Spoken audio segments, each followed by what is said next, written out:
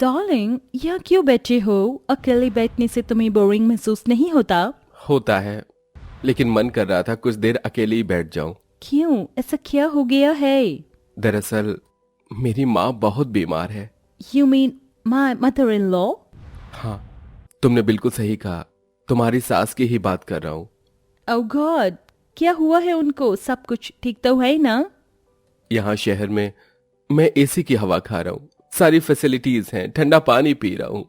लेकिन वहाँ गांव में मेरी माँ बीमार है और मेरी कुंवारी बहन, वो सब मेरा इंतजार कर रहे हैं। मेरी सिस्टर इन लॉ भी हैं, मदर इन लॉ और फादर इन लॉ भी हैं। ओह गॉड, तुम ऐसा कैसे कर सकते हो? तुमने मुझे बताया क्यों नहीं? क्योंकि तुम्हें वहां की जिंदगी कभी पसंद नहीं आती। तुम विदेशी हो और वो बिल्कुल इंडियन कल्चर गांव है। माना मैं फॉरेन से आई हूँ, लेकिन यहाँ शहर में भी तो एडजस्ट कर रही हूँ। हाँ, लेकिन तुम गांव में कैसे एडजस्ट करोगी? ओह गॉड, तुम ये क्यों सोच रहे हो? मुझे तुम्हारी फैमिली से मिलना है, तो कब चल रही हैं हम लोग गांव? हाँ हाँ, अब तो मैं बहुत खुश हूँ। बहुत जल्द हम गांव जाएंगे। मैं जल्दी ही छुट्टी ले लेता हूँ। चिराग अपने ऑफिस से छुट्टियां ले लेता है। इसके बाद वो दोनों शहर से गांव की बस में बैठकर गांव जाते हैं। यहाँ कोई बैलगाड़ी नहीं दिखाई दे रही। ये बैलगाड़ी क्या होती है? यहाँ बहुत गर्मी हो रही है, प्लीज कैब बुक कर लो। अरे तुम्हें नहीं पता, गांव में यहाँ कैब नहीं होती, यहाँ तो बैलगाड़ियां ही होती हैं। उसी में सफर करके लोग अपने घर जाया करते हैं। तभी चिराग की नजर एक बैलगाड़ी पर पड़ती है। क्या हुआ, कहाँ जा रही हो? बस तुम मेरे साथ चलो। इस तरह चिराग मोनालिसा को बैलगाड़ी में बिठा लेता है। ये कितना गंदा है, कितनी गंदी बदबू आ रही है। Oh my God, what rubbish! अरे ये क्या, तुम्हारा तो अभी से ये हाल है। तुम गांव की जिंदगी कैसे देखोगी? मोनालिसा ये सुनकर चुप हो जाती है। बैलगाड़ी में बैठे हुए वो अपने घर पहुंच जाते हैं, जहां चिराग का एक टूटा फूटा सा घर होता है और उसका पूरा परिवार घर के बाहर घर के सामान और बर्तनों को समेट रहा होता है। अरे ये क्या माँ, ये सब क्या हो रहा है? सरोज जैसे ही चिराग को देखती है, उसकी आंखों में आंसू आ जाते हैं और वो चिराग के पास जाकर उसे गले से लगाकर रोते हुए कहती है, बेटा तू आ गया, मुझे तेरा ही इंतजार था। कब से तुझे खबर भिजवाई है कि यहाँ कुछ भी ठीक नहीं। क्या तुझे अपने परिवार की जरा भी परवाह नहीं थी? माँ, मुझे आपकी फिक्र थी, तभी तो आया हूँ आपसे मिलने। लेकिन ये सब कैसे हुआ?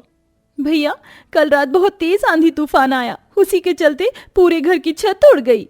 अरे हम तो इस टूटे फूटे घर में जैसे तैसे गुजारा कर ही रहे हैं, और अब हमारे पास है ही क्या गुजारा करने के अलावा। Oh my God, very poor condition. आप लोग इस तरह कैसे रह रहे हो?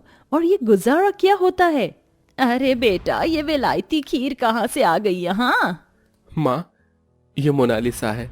ये ऑस्ट्रेलिया में रहा करती थी, यहाँ जॉब के लिए आई थी। दरअसल बात यह है कि अभी ये आपकी बहू है। क्या कहा बेटा तूने? ये विलायती पक्षी मेरी बहू है?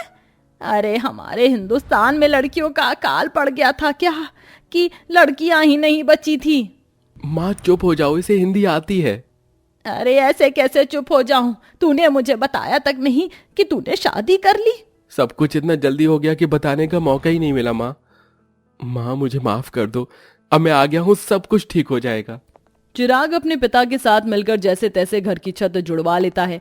अब घर में एक ही पंखा था जिसके नीचे पूरा परिवार सोया करता था। ओह माय गॉड, ये मॉस्किटो कितना परेशान कर रही हैं।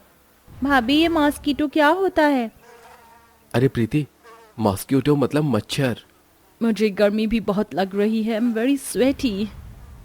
अब इस ऑस्ट्रेलियन के लिए घर के अंदर एसी कहाँ से आएगा? इस तरह मोनालिसा पूरी रात भर मच्छर और गर्मी से परेशान हो जाती है। अगले ही दिन जब सवेरा होता है, मोनालिसा अपने पति चिराग से कहती है, चिराग माय हस्बैंड, मुझे यहाँ नहीं रहा जाएगा। चलो प्लीज यहाँ से वापस चलते हैं। हम तो शहर में ही अच्छे से रह रहे थे। इस हालत में अपने परिवार को छोड़कर कैसे जा सकता हूँ मोनालिसा? एक बार जरा दिल से सोचो, अगर इस कंडीशन में तुम्हारा खुद का परिवार होता तो क्या तुम उसे छोड़कर चली जाती? चिराग के कहने पर मोनालिसा सोच में पड़ जाती है।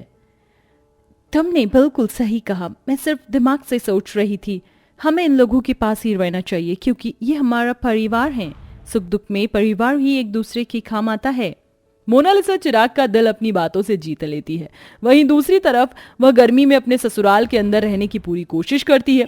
एक दिन वह अपनी नंद के साथ पानी भरने नदी पर जाती है। अरे देखो तो सही, ये नदी तो पूरा स्विमिंग पूल की तरह है।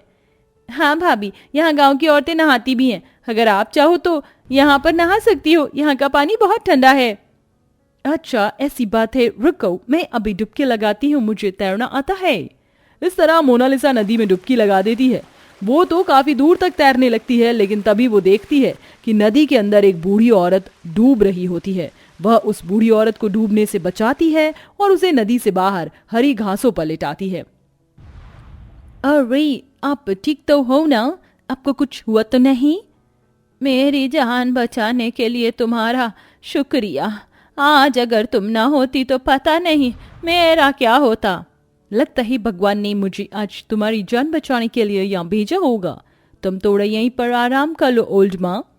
मोनालिसा के मुंह से माँ का शब्द सुनते ही बूढ़ी औरत बहुत खुश होती है। सुनो प्रीति, घर जाएंगे तो बहुत गर्मी लगेगी। एक पंखे की हवा ठीक से आती भी नहीं है। थोड़ी देर यहाँ हरी हरी घास के ऊपर ही बैठ जाते हैं, कुछ देर में चलेंगे। मोनालिसा की बात सुनते ही वह बूढ़ी औरत एक देवी के रूप में बदल जाती है। तुमने मेरे मन को भा लिया। आखिर हमारी बनाई दुनिया में चलो कोई तो सच्चे दिल वाला है, और तुम तो यहाँ के लोगों से बहुत अलग हो। तुम्हारा दिल भी साफ है। बोलो तुम्हें क्या चाहिए?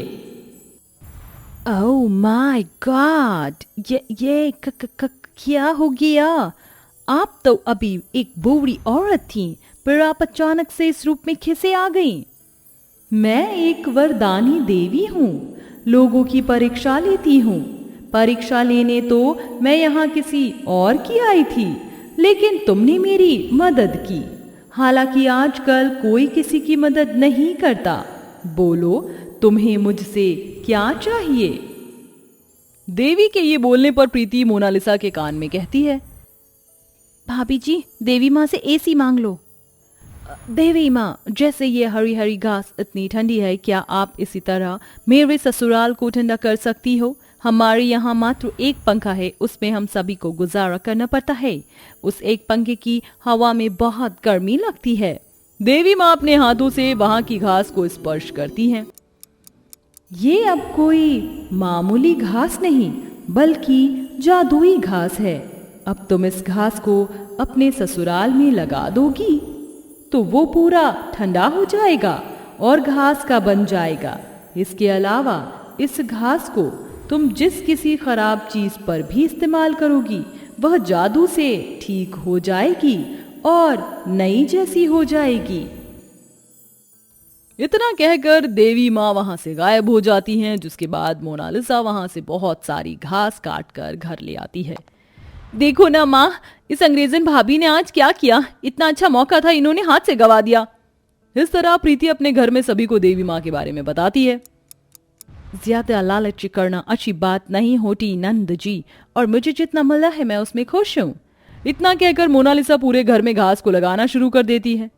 अरे अभी अंग्रेजन क्या करने लगी माँ, अब मैं आपको क्या ही कहूँ, भाभी पूरी तरह पागल हो गई हैं। प्रीति इस तरह कहती रहती है और मोनालिसा देखते ही देखते पूरे घर को घास का घर बना देती है। जब से बहू ने घर में घास लगाई है तब से घर बड़ा ठंडा ठंडा सा लग रहा है। यही तो इस घास का कमाल है माँ जी। तभी मोनालिसा को घर के बाहर से एक आवाज आती है। कबाड़ी कबाड़ी वाला, कबाड़ा बेच लो। कबाड़ी वाला आया है, कबाड़ी वाला आया। घर से कचरा निकालो और मुझे दे डालो। कबाड़ी वाला। कबाड़ी वाले का नाम सुनते ही मोनालिसा घर के बाहर आती है। वो देखती है कबाड़ी वाले के पास एक खराब कूलर और एक फ्रिज भी है। अरे भाई साहब रुको, क्या आप ये खराब फ्रिज और कूलर मुझे दे सकते हो? लेकिन अंग्रेजन बहू, तुम इन खराब कचरे के फ्रिज और कूलर का करोगी क्या? बस आप मुझे दे दीजिए। अब कबाड़ी वाले से कबाड़ा खरीदकर मोनालिसा उसके ऊपर भी घास लगाने लगती है। बहू को आज क्या हो गया है, कुछ समझ नहीं आ रहा। मोनालिसा खराब फ्रिज और कूलर पर भी घास लगा देती है, जिसके बाद वो जादू से नया घास का फ्रिज और कूलर बन जाता है। मोनालिसा उन्हें घर के अंदर लेकर आती है और उन्हें चलाना शुरू कर देती है। कूलर की ठंडी हवा खाते ही सरोज हैरान रह जाती है। अरे वाह, क्या बात है, अंग्रेजन बहू ने तो कमाल ही कर दिया। ये फ्रिज भी किसी काम का है या बस ऐसे ही फॉर्मेलिटी के लिए है? प्रीति जब फ्रिज खोलती है तो उसके अंदर खाने पीने की सारी चीज होती है, cold drink, ice cream, cake, rasmalai और भी बहुत सी चीजें।